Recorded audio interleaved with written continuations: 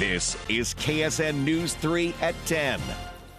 Thank you for joining us tonight. I'm Julia Thatcher. And I'm Jeff Herndon. For the second straight day, severe weather impacting Kansas communities. This is a view of that enormous thunderhead associated with today's storm.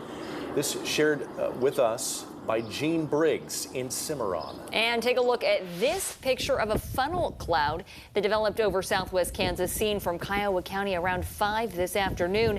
It came from the powerful supercell that triggered tornado warnings from Edwards to Kiowa, Ford and Clark counties. Chief Meteorologist Lisa Teachman is in the Storm Track 3 Weather Center with the latest and a look ahead at Tuesday's extreme heat. Lisa? All right, so yesterday we had one lone supercell that produced a lot of damage. Russell County, Barton County shifted down to the south. Well, earlier this morning we had another supercell to the east of Wichita. It produced a lot of wind and also hail damage. You can see the path that it took, but also this evening, thunderstorms out to the west that began just to the north of the Edwards County area in Pawnee County.